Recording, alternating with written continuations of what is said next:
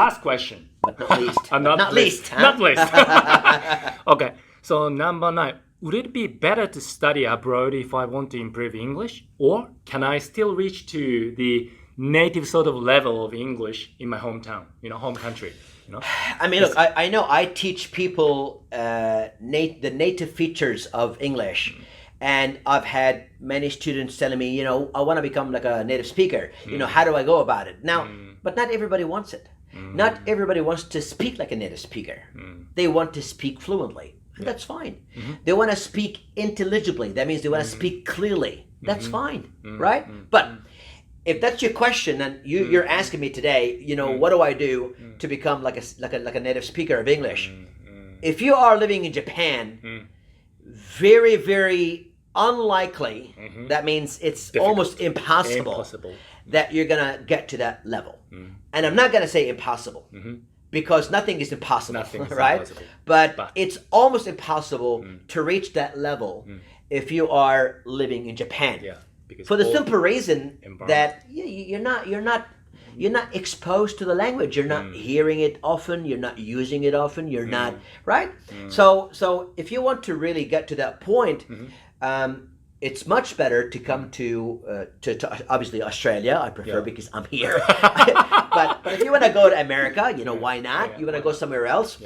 But when you do go there, do not make that fatal, deadly mistake of hanging out with Japanese people. That's what happens here too, right? We know that because we've been living here for a while. Yeah. And that's a problem that is nightmarish. It's a nightmare. You're wasting your time. You're wasting your money. You're wasting an opportunity to take your English to the next level. Go back to Japan, get an awesome job. Build a spectacular career for yourself. You are missing out on this beautiful opportunity. So, rule number 1. Do not hang out with Japanese people, okay? If they want to improve the English. If they want to that's improve the primary English. purpose. Yeah. And if they want to enjoy just Australian of life. course. Yeah. So, if you're a tourist, who cares? Yeah, you're free to do whatever you want. You just want to have fun. If you're in a work and holiday visa and your purpose is not to learn English, you want to have fun, as you said, that's completely fine, right? But if you're here to learn English, do yourself a favor. Do not speak Japanese. You got to take a break from Japanese. Say, all right, I'm here. This is my chance to use English, and that's what I'm going to do. And that's your approach. And I know it's hard because, human nature is to, human nature is to find the person who speaks your language and be with that person because you want to express yourself well.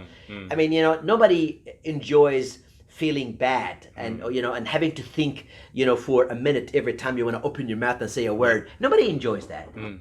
But you have to put up with it and you have to press through until you make it. Okay, so that's my answer. Yeah. Beautiful. Beautiful. Thank you very much for your time. And I think my pleasure. I think this information, right? Because you learned English as a second language learner. True. And then you came to this level, and I hope your message, your information will reach to someone who are in the same sort of situation. I hope so. I really hope so. And as you might notice, I have a lot of passion when it comes to language learning, and that's why you're here. And I understand that, and I'm thankful for the opportunity. By the way, I'm very thankful and grateful. I enjoyed this conversation a lot, and I hope we can do it again. Actually, at some point, sure. Why not? Why not? So thank you very much. Thank you so much. I really appreciate it. You. You're one of the best guys I've ever seen. Right? That guy is a legend. I can tell you that. And one thing I want to add, I want to say actually, you're an expert in massage. Massage. Hi. Right? Yes. And I can tell you, he's as passionate about that as I am about language. There's no question about it. Yes. No. And I find a lot of similarities between what I do. Yes. In terms of the pronunciation and communication, the BPR method, which is block, build, and rewire. Yes.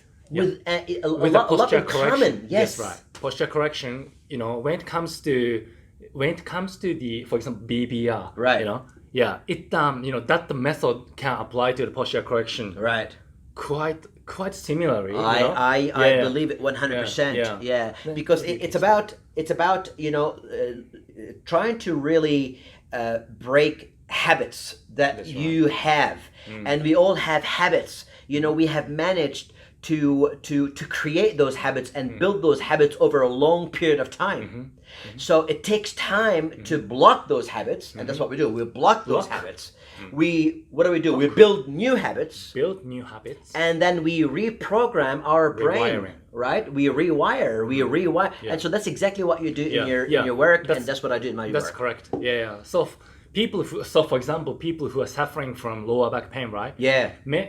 Majority of the cases that happen due to the accumulation of wrong habits. That's right. So that's exactly right. In order to improve that that condition, symptoms, we have to first block all the habits. True. And then next build the new habits. Very true. We have to introduce the new motions, new exercise, new stretching. True. Yeah. And then by accumulating, repeating those movements, we rewire.